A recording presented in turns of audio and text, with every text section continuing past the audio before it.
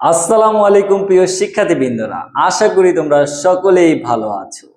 আবারও নবম দশম শ্রেণীর হিসাব বিজ্ঞান বইয়ের ষষ্ঠ অধ্যায় জাবেদার পর্ব 8-এর শুরুতেই তোমাদেরকে জানাই অর্জন কোচিং সেন্টার পক্ষ থেকে আন্তরিক শুভেচ্ছা ও অভিনন্দন। গত পর্বে আমি বিক্রয় ফেরত এবং ক্রয় ফেরত সংক্রান্ত জাবেদা নিয়ে আলোচনা করেছি। আজকের ক্লাসে আমি ব্যয়, খরচ অথবা ক্ষতি সংক্রান্ত জাবেদা নিয়ে আলোচনা করব। তো এই জাবেদা করার পূর্বে তোমাদের একটা বিষয় খুব ভালোভাবে ধারণা রাখতে হবে, সেই বিষয়টা হলো কোনো ব্যয় অথবা খরচ বা ক্ষতি যদি হয় অথবা বৃদ্ধি পায় তাহলে ওই ব্যয়, খরচ বা ক্ষতি হিসাব ডেবিট করবা। কারণ আমরা ওই যে হিসাবে 5টা শ্রেণীতে কিন্তু পড়েছিলাম ব্যয় হিসাব বৃদ্ধি পাইলে কি হয়, ডেবিট। তোমরা যেই ব্যয় হিসাবটা বৃদ্ধি পাবে, যেই খরচ হিসাবটা বৃদ্ধি পাবে বা যা ক্ষতি হবে সেই হিসাবটা ডেবিট করবে। ধরো ব্যয় হিসাব ডেবিট এইভাবে লাগবে না। ধরো বেতনের মাধ্যমে ব্যয় হলো, ধরো কর্মচারীর বেতন প্রদান করা হলো 10,000, তাহলে তুমি বেতন হিসাব ডেবিট করবা, ঠিক আছে? ব্যয় হিসাব না, মানে যেই কারণে ব্যয়টা হবে সেই হিসাব ডেবিট করবা। তো আরো ক্লিয়ার, আরো ভালোভাবে বোঝার জন্য আমার বোর্ডের মধ্যে তোমরা একটু লক্ষ্য করো। দেখো এখানে আমরা অনেকগুলো এন্ট্রি লিখেছি, সেই এন্ট্রির মাধ্যমে তোমাদেরকে খুব ভালোভাবে বোঝাচ্ছি। দেখো আমি কি বলেছি, আমাদের প্রতিষ্ঠানে কোনো ব্যয় সংঘটিত হলে অথবা ব্যয় বাড়লে সেই হিসাব ডেবিট করবা।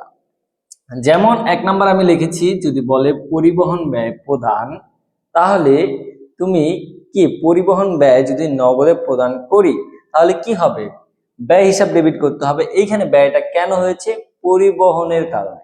তার জন্য তুমি এখানে লিখবা পরিবহন খরচ হিসাব ডেবিট। আর ধরো এই পরিবহন খরচটা নগদে প্রদান করা হয়েছে, তাহলে নগদান হিসাব কি লিখবা, ক্রেডিট। যদি কোনো অঙ্কে থাকে পরিবহন ব্যয় বাবদ নগদ টাকা প্রদান, তাহলে তোমরা কি লিখবা, পরিবহন খরচ হিসাব ডেবিট, নগদান হিসাব ক্রেডিট। কারণ পরিবহন একটা ব্যয় বা খরচ, আর খরচ বা ব্যয় বৃদ্ধি পেলে কি হয়, ডেবিট। সেম ভাবে যদি বলে নগদে বেতন প্রদান, তাহলে তোমরা এখানে কি লিখবা, বেতন হিসাব ডেবিট। তাহলে তোমরা কি লিখবা ভাইয়া, বেতন হিসাব ডেবিট। সেম ভাবে যদি বলে নগদে মজুরি প্রদান, তাহলে তুমি লিখবা এখানে মজুরি হিসাব ডেবিট, নগদান হিসাব ক্রেডিট। যদি বলে নগদে ভাড়া প্রদান, তাহলে তুমি এখানে লিখবা ভাড়া হিসাব ডেবিট, নগদান হিসাব ক্রেডিট। যদি বলে বিজ্ঞাপন, নগদে বিজ্ঞাপন বাবদ খরচ প্রদান, তাহলে তুমি এখানে লিখবা বিজ্ঞাপন হিসাব ডেবিট, নগদান হিসাব ক্রেডিট। যদি বলে নগদে বীমা সালামি দেওয়া হলো, তাহলে তুমি এখানে লিখবা বীমা সালামি হিসাব ডেবিট, নগদান হিসাব ক্রেডিট। যদি বলা হয় মণিহারি খরচ বাবদ নগদে টাকা প্রদান, তাহলে তুমি কি লিখবে, এখানে মণিহারি হিসাব ডেবিট, নগদান হিসাব ক্রেডিট। অর্থাৎ তোমাকে কি বললাম, কোনো ব্যয় সংগঠিত হইলে সেই ব্যয়টা কেন হয়েছে সেই নাম হিসাবটাই তুমি এখানে ডেবিট করবা।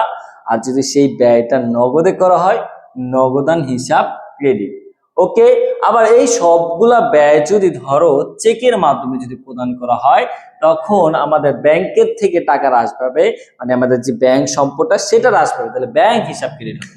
ধরো আমাদের বেতন চেকে প্রদান করা হয়েছে, কর্মচারী শাকিলার বেতন 10,000 টাকা চেকে প্রদান করা হয়েছে, তাহলে বেতনের মাধ্যমে খরচ হয়েছে, তার জন্য আমরা বেতন হিসাব ডেবিট লিখবো। আর চেকে যদি আমাদের প্রদান করা হয়, তাহলে আমরা এখানে কি লিখবো, ব্যাংক হিসাব ক্রেডিট, ব্যাংক হিসাব ক্রেডিট। বুঝতে পারছো? তাহলে সোজা কথায় কোনো ব্যয় যদি হয় ওই ব্যয় হিসাবটা ডেবিট। এখন যদি ব্যয়টা নগদে করা হয়, নগদান হিসাব ক্রেডিট। ব্যয়টা যদি চেক অর্থাৎ ব্যাংকের মাধ্যমে করা হয়, ব্যাংক হিসাব ক্রেডিট। আশা করি এই 1 নাম্বার লেনদেনগুলোর ব্যাখ্যা এবং জাবেদা তোমরা পারবে। এরপরে 2 নাম্বার দেখো, এখানে বলেছি নগদ টাকা ক্যাশ বাক্স হতে চুরি হয়ে গেছে। ভাইয়া আমি এখানে তোমাদের ব্যয়, খরচ বা ক্ষতি সংক্রান্ত জাবেদা শিখি, তাই না? তুমি একটা জিনিস চিন্তা করো, ক্যাশ বাক্স থেকে যখন টাকা চুরি হয়ে যায় সেটা কি প্রতিষ্ঠানের জন্য ক্ষতি না? তাহলে তোমরা সব সময় মনে রাখবা, প্রতিষ্ঠানে যদি কোনো ক্ষতি হয় তাহলে তোমরা ডেবিট কি করবা, ওই ক্ষতি বৃদ্ধি পেলে ডেবিট করতে হবে। তাহলে ডেবিট কি লিখবা, বিবিধ ক্ষতি হিসাব ডেবিট লিখবা। প্রতিষ্ঠানে কোনো ক্ষতি হলে বিবিধ ক্ষতি হিসাব আমাদের কি করতে হবে, ডেবিট। এই যে নগদ টাকা ক্যাশ বাক্স হতে চুরি হয়ে গেলে আমাদের কি হয়, ক্ষতি। ক্ষতি বৃদ্ধি পাইলে ডেবিট, কারণ আমরা জানি ক্ষতির কারণে আমাদের প্রতিষ্ঠানের ব্যয়টা বেড়ে গিয়েছে, তার জন্য বিবিধ ক্ষতি হিসাব কি ডেবিট। আর কি টাকা ক্ষতি হয়েছে? নগদ টাকা। এই নগদ সম্পদটা ক্ষতি হওয়ার কারণে হ্রাস পেয়েছে, তার জন্য নগদান হিসাব কি লিখবা? ক্রেডিট। ওকে, এটা বুঝতে পেরেছো আশা করি। এরপরে দেখো বিনামূল্যে পণ্য বিতরণ, এটা চাবিটা কি লিখবা? আমরা বিনামূল্যে পণ্য বিতরণ কেন করি? আমাদের প্রতিষ্ঠানে বিজ্ঞাপনের জন্য, অর্থাৎ আমরা পণ্যটা বিতরণ করছি বিজ্ঞাপনের জন্য। এই পণ্যটা চলে গেছে কেন? বিজ্ঞাপনের জন্য। তার জন্য এখানে বিজ্ঞাপন হিসাব লিখবা, কারণ বিজ্ঞাপন একটা ব্যয়, এই ব্যয়টা বৃদ্ধি পেয়েছে, তার জন্য বিজ্ঞাপন হিসাব ডেবিট। আর এই বিজ্ঞাপন বাবদ আমরা কি দিয়েছি? পণ্য। তাহলে এইখানে একটা জিনিস চিন্তা করো, যখন তোমার প্রতিষ্ঠানের পণ্য তুমি বিজ্ঞাপন হিসেবে দাও, এই পণ্যটা কোথা থেকে আসে? যখন প্রতিষ্ঠানে ব্যবসা শুরু করো সেই পণ্যটা কিন্তু তোমরা ক্রয় করে আনো, ক্রয় হিসাব ডেবিট। এখন ওই ক্রয়কৃত পণ্য তুমি বিজ্ঞাপনের জন্য দিয়ে দিচ্ছ, তার মানে ওই ক্রয়টা হ্রাস পেয়েছে। আর ক্রয় হ্রাস পেলে কি হয়? ক্রয় হিসাব ক্রেডিট। তাহলে তোমরা সবসময় মনে রাখবা, বিজ্ঞাপন বাবদ অথবা প্রচারণা বাবদ কোনো পণ্য বিতরণ করা হলে বিজ্ঞাপন হিসাব ডেবিট আর ক্রয় হিসাব কি হবে? ক্রেডিট। কারণ পণ্য বিতরণ করলে ওই ক্রয়কৃত পণ্য হ্রাস পায়, ক্রয় হ্রাস পায়, ক্রয় হ্রাস পেলে কি হয়? ক্রেডিট। ক্রয় হিসাব কি হবে? ক্রেডিট। আশা করি তোমরা এটাও বুঝতে পেরেছো। এরপরে বলছে মূলধনের সুদ ধার্য করা হলো। আচ্ছা, এই যে মূলধন কে দেয়? মালিক দেয়। এই সুদটা আবার মালিক নেয়, তাহলে প্রতিষ্ঠান তো আলাদা। প্রতিষ্ঠানের হিসাব আমরা যারা অঙ্ক করি সবাই প্রতিষ্ঠানের হিসাব করি। এখন মূলধনের সুদ যদি হয়, এটা প্রতিষ্ঠান মালিককে দিবে, তাহলে এটা প্রতিষ্ঠানের জন্য কি? ব্যয়। তাহলে ব্যয় বৃদ্ধি পাইছে কোন কারণে? মূলধনের সুদের কারণ। তাহলে তুমি এখানে লিখবা মূলধনের সুদ হিসাব। মূলধনের সুদ হিসাব কি করবা? ডেবিট। কারণ এই মূলধনের সুদের কারণে একটা ব্যয় বৃদ্ধি পাইছে। আর ক্রেডিট কি লিখবা? মূলধন হিসাব ক্রেডিট। কারণ এই মূলধনের সুদটা কে নিবে? আমি বলছি মালিক নিবে। আর মালিকের মূলধন যে ব্যবসা প্রতিষ্ঠানে আছে, এই সুদের মানে লাভের টাকা মালিকের, এটা মূলধন বৃদ্ধি করে, মালিকের মূলধনের সাথে অ্যাড হয়। তাহলে মালিক সুদ না দেখে এখানে মূলধন কি হয়? বাড়ে, তার জন্য মূলধন হিসাব কি হবে? মূলধন হিসাব ক্রেডিট। বুঝতে পারছো? মূলধন সুদ ধার্য করলে আমরা সব সময় মূলধনের সুদ হিসাব ডেবিট লিখবো, কারণ মূলধনের সুদ প্রতিষ্ঠানের জন্য একটা ব্যয়। আর এই মূলধনের সুদটা মালিকের যে মূলধন থাকে সেখানে যুক্ত হয়, আর মূলধন বাড়লে কি হয় ভাইয়া? ক্রেডিট হয়। মূলধন হিসাব ক্রেডিট। আশা করি এই পর্যন্ত জাবেদাগুলো তোমরা খুব ভালোভাবে বুঝতে পেরেছো। এর পরের জাবেদাগুলো আমি তোমাদেরকে যদি দেখাই, দেখো এরপরের জাবেদাগুলো কি আছে। এরপরে আছে ভিক্ষুকদের মাঝে বিনামূল্যে পণ্য বিতরণ। এখন তুমি শিখেছো পণ্য বিতরণ করা হয় কেন? বিজ্ঞাপনের জন্য। কিন্তু ভাই এখানে একটু খেয়াল করো তো, কাদের মাঝে? ভিক্ষুকদের মাঝে বিনামূল্যে পণ্য বিতরণ। এই যে ভিক্ষুকদের মাঝে যে পণ্য বিতরণ করছে, এটা কি বিজ্ঞাপনের জন্য করেছে? না। ভিক্ষুকই, তারা তো কখনো কোনো কিছু সহজে ক্রয় করে না, এটা এমনি উদারতার কারণে কি করেছে? বিনামূল্যে পণ্য বিতরণ করেছে। তার মানে এটা আমরা একটা নর্মাল খরচ ধরতে পারি, বিবিধ খরচ। ঠিক আছে, ধরো যেখানে কোনো ব্যয় হবে না, ঠিক আছে, যেখানে কোনো ব্যয় হবে না, বিজ্ঞাপনের কোনো উদ্দেশ্য থাকবে না, এরকম নর্মালি একটা খরচ হলে এটা কি খরচ ধরবো? বিবিধ খরচ। তাহলে এই যে ভিক্ষুকদের মাঝে পণ্য বিতরণ করলে আমার একটা খরচ হয়, খরচটা হয় কি? ভিক্ষুকদের মাঝে পণ্য বিতরণের কারণে। তাহলে এই ধরনের খরচটাকে আমরা বিবিধ খরচ নামে হিসেবে ডেবিট করব। বিবিধ খরচ হিসাব কি করব? ডেবিট। আর এখানে কি বিতরণ করছি? পণ্য বিতরণ। তাহলে আমার ওই যে ক্রয়কৃত পণ্য হ্রাস পেয়েছে, আমাদের যে প্রতিষ্ঠানে ক্রয় করে যে পণ্যটা আনছি সেটা হ্রাস পেয়েছে, মানে ক্রয় হিসাব হ্রাস পেয়েছে। ক্রয় হিসাব হ্রাস পেলে ক্রয় হিসাব কি হবে? ক্রেডিট। কারণ আমরা জানি ক্রয় বৃদ্ধি পেলে ডেবিট হয়, ক্রয় হ্রাস পাইলে কি হয়? ক্রেডিট। ঠিক আছে, ভিক্ষুকদের মাঝে বিনামূল্যে পণ্য বিতরণের জাবেদা কি? বিবিধ খরচ হিসাব। আমাদের যে ভিক্ষুক, তাকে তো আমি নর্মালি এমনি দিছি, এটা একটা নর্মালি খরচ, তার জন্য বিবিধ খরচ হিসাব ডেবিট আর ক্রয় হিসাব ক্রেডিট। ঠিক আছে, এরপরে যদি বলা হয় অবিমাকিত যন্ত্রপাতি আগুনে পুড়ে নষ্ট। আমাদের প্রতিষ্ঠানে এই যন্ত্রপাতি কি ভাইয়া? যন্ত্রপাতি প্রতিষ্ঠানের জন্য একটা সম্পদ, সেটা যদি আগুনে পুড়ে নষ্ট হয় তাহলে প্রতিষ্ঠানে কি হয়? ক্ষতি। আর আমরা জানি ক্ষতি যদি হয়, যদি ব্যয় হয়, যদি খরচ হয়, আমরা কি লিখবো? সেই হিসাবটা ডেবিট। যেহেতু ক্ষতি হয়েছে আমরা এখানে কি লিখবো? বিবিধ ক্ষতি হিসাব। ঠিক আছে, বিবিধ ক্ষতি হিসাব কি হয়? ডেবিট। কারণ আমরা শিখেছি কোনো ক্ষতি হইলে সেই হিসাবে ডেবিট। যেহেতু যন্ত্রপাতি আগুনে পুড়ে নষ্ট হয়ে গেছে, প্রতিষ্ঠানের একটা ক্ষতি হয়েছে, তার জন্য বিবিধ ক্ষতি হিসাব ডেবিট। আর ক্ষতি হওয়ার কারণে কোন সম্পদটা হ্রাস পেয়েছে? যন্ত্রপাতি নামক সম্পদটা প্রতিষ্ঠান থেকে হ্রাস পেয়েছে। তার জন্য এখানে তোমরা লিখবা যন্ত্রপাতি হিসাব কি লিখবা? ক্রেডিট, কারণ যন্ত্রপাতি নামক সম্পদটা তোমার হ্রাস পেয়েছে। আশা করি এইগুলো বুঝতে পেরেছো। এর পরেরটা দেখো, ঋণের সুদ হিসাবভুক্ত করা হলো। আচ্ছা, ঋণের সুদ হিসাবভুক্ত করা হলো মানে কি?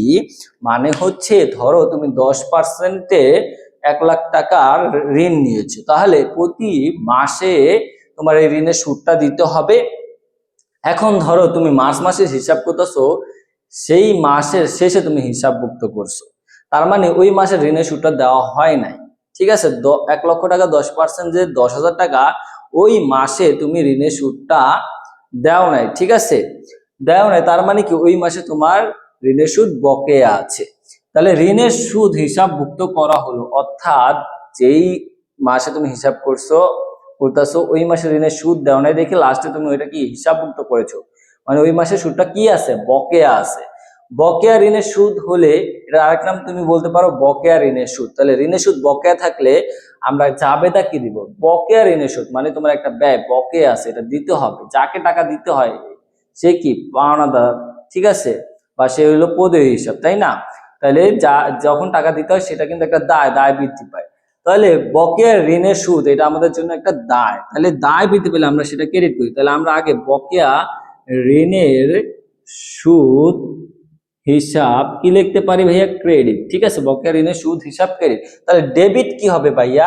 এই যে ঋণের সুদটাই তো বকেয়া আছে, আর এই সুদটা ধার্য করছি এখন, তাই না? এখন কি করছি? হিসাবভুক্ত করছি, মানে ঋণের সুদটা এখন লিখছি। তাহলে ঋণের সুদ হিসাব কি হবে? ডেবিট। ঋণের সুদ মানে এইটা একটা খরচ, ঋণ নিছো, এই সুদটা যে দাও প্রতি মাসে মাসে, এটা কি? ঋণ নেওয়ার কারণে খরচ দিতেছ না, সুদটা কি? একটা খরচ বা ব্যয়। এই ঋণের সুদ একটা কি? ব্যয় বৃদ্ধি পেলে কি হয়? ডেবিট। ঋণের সুদ হিসাব কি লিখবা ভাইয়া? ডেবিট। তাহলে এরকম যদি কোথাও পাও ঋণের সুদ হিসাবভুক্ত করা হলো, মানে আমাদের ঋণের সুদ প্রতি মাসে দিতে হয়, আমি যে মাসে হিসাব করি ওই মাসে ঋণের সুদ দেই নাই, তার জন্য শেষে আমরা ওটা হিসাবভুক্ত করছি, মানে ঋণের সুদটা ধরলাম। ঋণের সুদ হিসাব একটা ডেবিট, কারণ ঋণের সুদ একটা ব্যয়। আর এই সুদটা যেহেতু বকেয়া আছে, বকেয়া ঋণের সুদ হিসাব ক্রেডিট। ঠিক আছে, কারণ কোনো খরচ বকেয়া থাকলে ওইটা একটা দায় বৃদ্ধি পেয়েছে। আশা করি তোমরা এটাও বুঝতে পেরেছো। কিন্তু তোমাদেরকে যদি বলে ব্যাংক চার্জ ধার্য করা হলো, আচ্ছা ভাইয়া ব্যাংক চার্জ কি? ব্যাংক চার্জ হলো আমরা যে ব্যাংকে টাকা জমা রাখি অথবা ব্যাংক থেকে যে বিভিন্ন সুবিধা নিই, সে কারণে ব্যাংক যে নির্দিষ্ট হারে টাকা কেটে নেয় সেটাই ব্যাংক চার্জ। তাহলে আমাদের অ্যাকাউন্ট থেকে আমাদের ব্যাংক নামক যে হিসাব, সেখান থেকে আমাদের ব্যাংক চার্জ কেটে নেওয়া হয়, অর্থাৎ ব্যাংক চার্জ আমাদের জন্য একটা খরচ। তাহলে আমরা এখানে ডেবিট কি করব? আমার খরচটা কেন হয়েছে? ব্যাংক চার্জের জন্য, তার জন্য ব্যাংক চার্জ হিসাব আমাদের কি লিখতে হবে? ডেবিট। ব্যাংক চার্জ একটা খরচ বৃদ্ধি পেলে ডেবিট হয়, তার জন্য ব্যাংক চার্জ হিসাব ডেবিট। আর ব্যাংক চার্জের টাকাটা কোথা থেকে কেটে নেওয়া হয়? আমাদের যে ব্যাংক হিসাব নামক সম্পদ, সেখান থেকে কেটে নেওয়া হয়। তাহলে ব্যাংক নামক সম্পদ হ্রাস পাইলে এটা কি হবে? ক্রেডিট। তাহলে এখানে আমরা কি লিখবো? ব্যাংক হিসাব কি লিখবো? ক্রেডিট। আশা করি তোমরা এটাও খুব ভালোভাবে বুঝতে পেরেছো। এরপরের জাবেদাটা কি হবে? রহিম দেউলিয়া হওয়ায় আমাদের পাওনা 25,000 টাকার 25% পাওয়া গেল। অর্থাৎ এই রহিমের কাছ থেকে আমরা 25,000 টাকা পেতাম, কিন্তু রহিম দেউলিয়া হয়ে গেছে, আমাদের এই 25,000 টাকার 25% সে আমাদেরকে দিয়েছে। তাহলে আগে তোমার বুঝতে হবে রহিম যেহেতু পাওনাদারের কাছ থেকে আমরা কত টাকা পেয়েছি, এই 25,000-এর 25% কত, এইটা আগে আমাদের বের করতে হবে। দেখো 25,000-এর অর্ধেক হলো 12,500। 12,500 কি? আচ্ছা, এটা যদি আমরা 20,000 ধরে বেশি সুবিধা হবে। ধরো এখানে আমি 20,000 লিখলাম, 20,000-এর 25% পাওয়া গেল। তাহলে 20,000-এর 25% কত? মানে 4 ভাগের 1 ভাগ। 20,000-এর 4 ভাগ হচ্ছে 5,000 টাকা। এই 5,000 টাকা আমরা পেয়েছি। তাহলে তুমি চিন্তা করো, আমাদের রহিম একজন কে পাওনা, রহিম হচ্ছে দেনাদার, যাদের কাছ থেকে আমরা টাকা পাই তারা কি? দেনাদার। রহিম একটা দেনাদার। এই রহিমের কাছ থেকে আমরা 20,000 টাকা পাইতাম, সে দেউলিয়া হওয়ার কারণে 25% পাইছে, মানে 5,000 টাকা পাইছি, তাহলে 5,000 টাকা প্রতিষ্ঠানে কি নগদ আসছে, তাহলে এই এন্ট্রির জন্য তুমি প্রথম জাবেদাটা দিবা নগদান হিসাব কি ডেবিট, নগদান হিসাব ডেবিট, কিন্তু লিখতে হবে কত 5,000 টাকা। ওকে, নগদান হিসাব ডেবিট, কারণ তুমি 20,000 টাকার 25% পাইছো, মানে 5,000 টাকা পেয়েছো, ঠিক আছে। তাহলে 5,000 পাইলে নগদান হিসাব ডেবিট, নগদে পেয়েছো। আর তুমি কত টাকা পাও নাই? 15,000 টাকা পাও নাই। কার টাকা পাও নাই? দেনাদারের 15,000 টাকা পাও নাই। আমরা কি জানি ভাইয়া, দেনাদারের যেই টাকাটা আমরা পাই না সেটাকে কি বলে? অনাদায়ী পাওনা বা কুরেন বলে। তাহলে এখানে আমরা অনাদায়ী পাওনা লিখবো, অনাদায়ী পাওনা, অনাদায়ী পাওনা, অনাদায়ী পাওনা হিসাব কি হবে? ডেবিট। কত হবে? 15,000। যেই টাকাটা আমরা পাই নাই সেটা তো আমাদের একটা খরচ হয়ে গেছে বা ব্যয় হয়ে গেছে, ক্ষতি হয়ে গেছে। আর খরচ বা ব্যয় হলে কি হয়? ডেবিট। তার জন্য অনাদায়ী পাওনা যে 15,000 টাকা দেনাদারের কাছ থেকে আমরা পাই নাই সেটা কি লিখেছি? ডেবিট। কারণ অনাদায়ী পাওনা একটা খরচ, যেটা আমি পাবো না, এটা আমার ক্ষতি হয়ে গেছে, তাহলে এটা কি ডেবিট হবে না ভাইয়া? ডেবিট হবে। তাহলে নগদে যেটা পাইছি ওইটা আমার প্রতিষ্ঠানের নগদ সম্পদ বাড়ছে, তার জন্য ডেবিট। আর যেটা আমি পাইনি ওটা আবার খরচ হয়ে গেছে, ব্যয় হয়ে গেছে, তার জন্য অনাদায়ী পাওনা হিসাব ডেবিট। যেই টাকাটা আমরা দেনাদারের কাছ থেকে পাই না সেটা হচ্ছে অনাদায়ী পাওনা।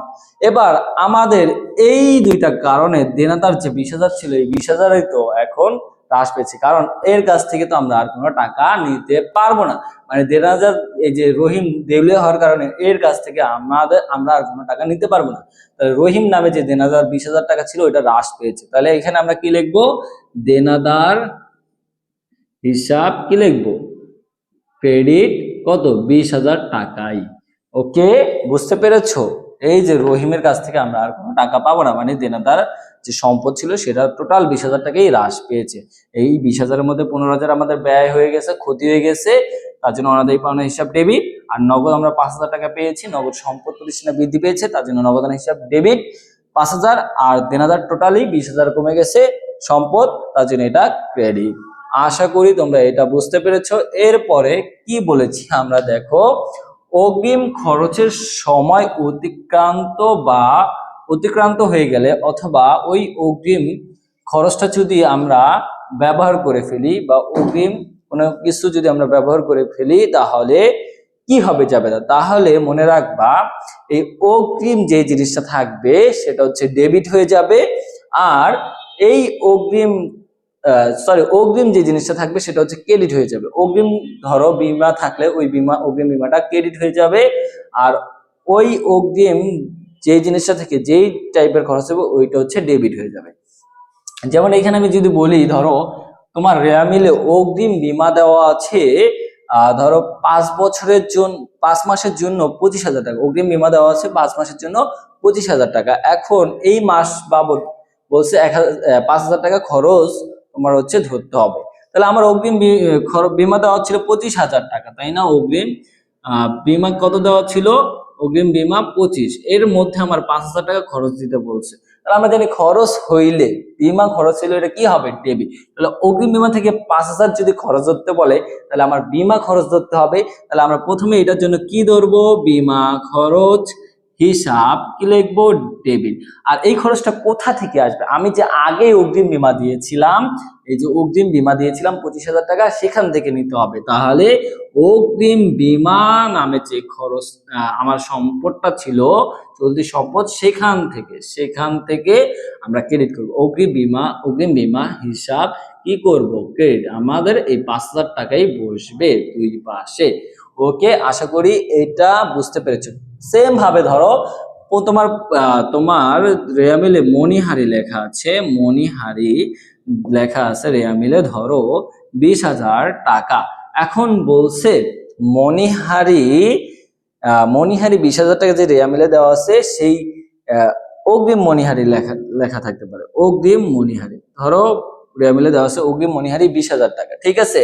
এখন বলছে এই অগ্রিম মণিহারির 20,000 টাকা এই মাসে তোমার 10,000 টাকা মণিহারি খরচ হিসেবে দেখাতে হবে। তাহলে অগ্রিম মণিহারি থেকে যদি আমি মণিহারি খরচ দেখাই ভাইয়া, তাহলে জাবেদা কি লিখবো? মণিহারি খরচ যেহেতু হয়েছে, মণিহারি খরচ হিসাব কি লিখবো? ডেবিট। কারণ আমরা জানি খরচ বৃদ্ধি পেলে ডেবিট। মণিহারি খরচ হিসাব ডেবিট কত লিখতে হবে? 10,000। এবং আমরা এই খরচটা কোথা থেকে নিয়েছি? অগ্রিম মণিহারি থেকে। তাহলে ক্রেডিট কি হবে? অগ্রিম মণিহারি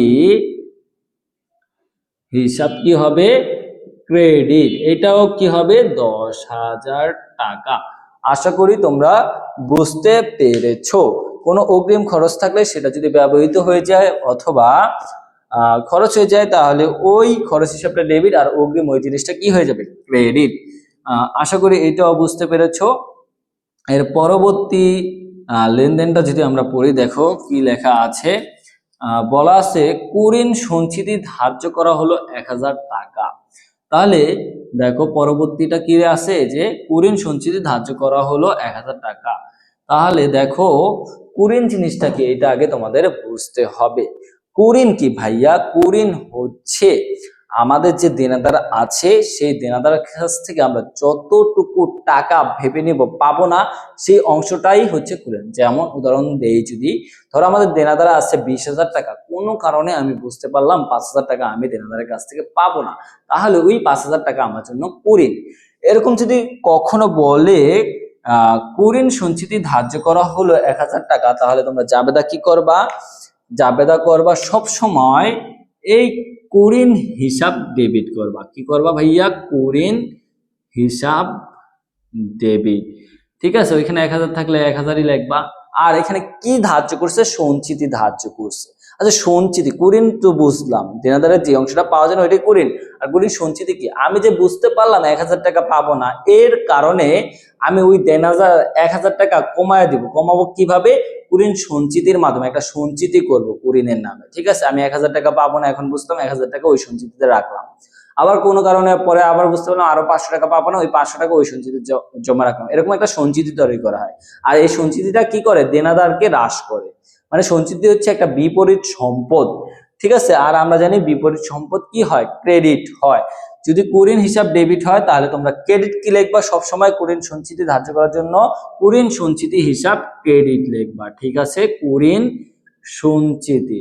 ঠিক আছে, সঞ্চিতি হিসাব কি লিখবা ভাইয়া? ক্রেডিট। এটারও তুমি কি লিখবে? 10,000 টাকাই লিখবা। তাহলে সবসময় মাথায় রাখবা কুঋণ সঞ্চিতি ধার্য করতে বললে কুঋণ হিসাব ডেবিট আর কুঋণ সঞ্চিতি হিসাব কি করবা? ক্রেডিট। এরপরে জাবেদারা দেখো কুঋণ হিসেবে অবলোকন করা হলো 2,000 টাকা। এটা আমি ধরছি কি দেনাদারের কাছ থেকে এত টাকা আমি পাবো না, সেজন্য ওইটা হচ্ছে কুঋণ। আর যখন বলবে কুঋণ হিসেবে অবলোকন করা হলো, অর্থাৎ এবার আমি শিওর আমি যে এখন 2,000 টাকা আমাকে দেনাদার দিবে না, মানে এটা আমি খরচ হিসেবে একবার ধরে নিয়েছি। ঠিক আছে, তাহলে এই টাইপের কিছু যদি বলে কুঋণ হিসেবে অবলোকন করতে হবে, তখন তোমরা কি করবা? তখন তোমরা একবার শিওর হয়ে গেছো এই যে অবলোকন করা মানে কি? দেনাদারে 2,000 টাকা দিবে না, মানে 2,000 টাকা দেনাদার শিওর হ্রাস। তাহলে দেনাদার হিসাব ক্রেডিট। আর এই দেনাদারের টাকাটা কোন জায়গা থেকে হ্রাস করবা? এই যে তুমি কুঋণ সঞ্চিতি করছো কুঋণের জন্য, যখন ভাবছিলে এই টাকাটা আমি পাবো না, তখন কিন্তু তুমি কুঋণ সঞ্চিতি করছিলে, ওই সঞ্চিতি থেকে হ্রাস করবা। কুঋণ সঞ্চিতি যদি বৃদ্ধি পায়, বিপরীত সম্পদ যদি বৃদ্ধি পায় ক্রেডিট হয়, আর কুঋণ সঞ্চিতি যদি হ্রাস পায় তাহলে কি হবে? ডেবিট। তাহলে যখন তুমি কুঋণ হিসেবে অবলোকন করবা তখন তুমি কুঋণ সঞ্চিতি হিসাব কি করবা ভাইয়া? কুঋণ সঞ্চিতি হিসাব ডেবিট করবা, কারণ আমার এই বিপরীত সম্পদটা হ্রাস পাবে। ঠিক আছে, কুঋণ সঞ্চিতি হিসাব কি হবে? ডেবিট। 2,000 টাকাই লিখবা। আর এই কুঋণ সঞ্চিতি ধার্য করার কারণে আমি এবার শিওর দেনাদার যে 2,000 টাকা দেয় না, তার জন্য দেনাদারের হিসাব কি হবে ভাইয়া? দেনাদারের হিসাব কি হবে? ক্রেডিট। আশা করি এইটা জাবেদারাও বুঝতে পেরেছো। এরপরে দেখো সম্পত্তির অবচয় অবলোকন ধার্য করা হলে তোমরা কি জাবেদা দেবা? এর আগে তোমাদের বুঝতে হবে অবচয় কি আর অবলোকন কি, আর অবচয় কখন ধরা হয়, কোন জিনিসের উপরে ধরা হয়, অবলোকন কোন জিনিসের উপর ধরা হয়। অবচয় হচ্ছে স্থায়ী সম্পত্তি যখন আমরা ব্যবহার করি, ধরো কোনো স্থায়ী সম্পত্তি ব্যবহারের ফলে যত সময় ব্যবহার করব ওই সময়ে যতটুকু মূল্য হ্রাস পায় ওইটাই হচ্ছে অবচয়। মানে একটা স্থায়ী সম্পত্তি আমি যদি 10 বছরের জন্য ব্যবহার করি, ওই 10 বছর ব্যবহারের কারণে যতটুকু মূল্য হ্রাস পাবে সেটা হচ্ছে অবচয়। আর অবলোকনও সেম, কোন অস্পর্শনীয় সম্পত্তি যেমন সোনা, ঠিক আছে, সুনাম, এরকম যদি আরো অস্পর্শনীয় যে সম্পত্তিগুলো আছে, সেই অস্পর্শনীয় সম্পত্তি যত বছর আমি ইউজ করব, ওই ইউজ করার মধ্যে যত বছর আমি ইউজ করব, মানে 10 বছরের জন্য ধরো আমি সুনাম ব্যবহার করব, এখান থেকে যদি 2 বছর আমার সুনাম ব্যবহার হয়ে যায়, তাহলে ওই 2 বছরই হচ্ছে অবলম্বন। তাহলে আশা করি অবচয় কি অবলম্বন কি এটা বুঝতে পেরেছো। এই সম্পত্তির অবচয়, অবচয়টা ধরা হয় স্থায়ী সম্পত্তির উপর, যেটা ধরা যায়, দেখা যায়, ছোঁয়া যায়, সেইগুলোর উপরে অবচয় ধরা হয়। তাহলে অবচয় সব সময় জাবেদা কি দিবা, ধরো আসবাবপত্রের অবচয় বললে তোমার অবচয়ের জাবেদা সব সময় অবচয় হিসাব ডেবিট। আর পুঞ্জীভূত, ঠিক আছে ভাইয়া, পুঞ্জীভূত অবচয়, অবচয় হিসাব সব সময় ক্রেডিট।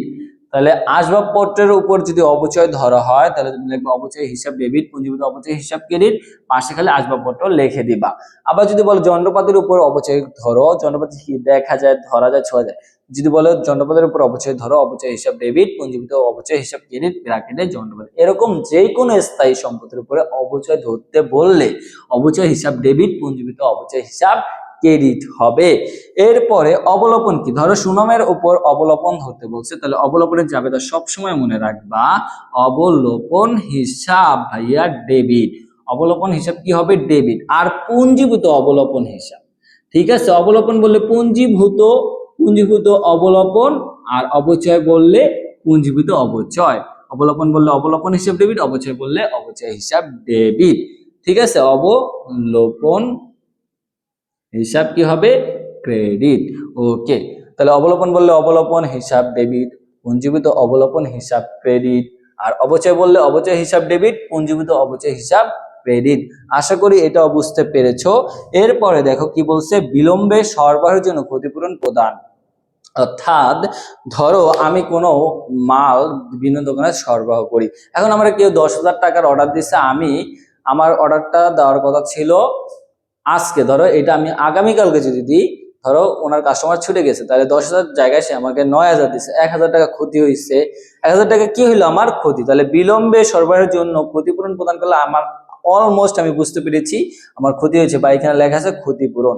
তাহলে এটা আমার জন্য কি একটা বিবোধক ক্ষতি, ঠিক আছে, বিবিধ ক্ষতি, এটা আমার জন্য কি একটা বিবিধ ক্ষতি।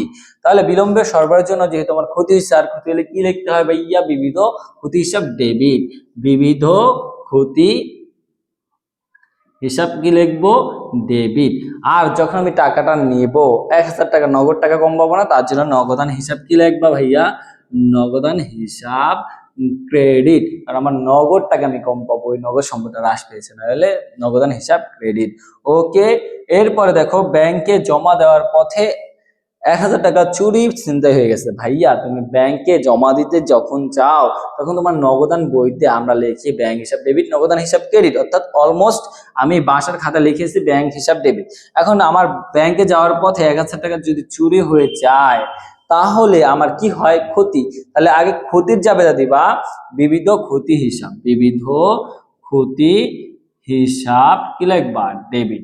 আর আমি যখন ব্যাংকে জমা দিতে চাই, আমার নগদান বইতে লিখছি ব্যাংক হিসাব ডেবিট। এখন এইটা তো 1,000 টাকা ব্যাংকে জমা পড়বে না, তাহলে এই 1,000 টাকা ব্যাংক থেকে কমবে, তাহলে ব্যাংক হিসাব কি হবে ভাইয়া, ব্যাংক হিসাব কি লিখবা, ক্রেডিট। বুঝতে পেরেছো, আশা করি বুঝতে পেরেছো। আজকের ক্লাসে এই পর্যন্তই বোঝানোর ছিল। তোমরা যদি তাও কিছু না বুঝতে পারো আমাদের কমেন্ট করবে, আমরা সেখানে আরো বিস্তারিত ভালোভাবে আস্তে ধীরে বোঝানোর চেষ্টা করব। তো সবাই ভালো থাকবে, সুস্থ থাকবে। আসসালামু আলাইকুম।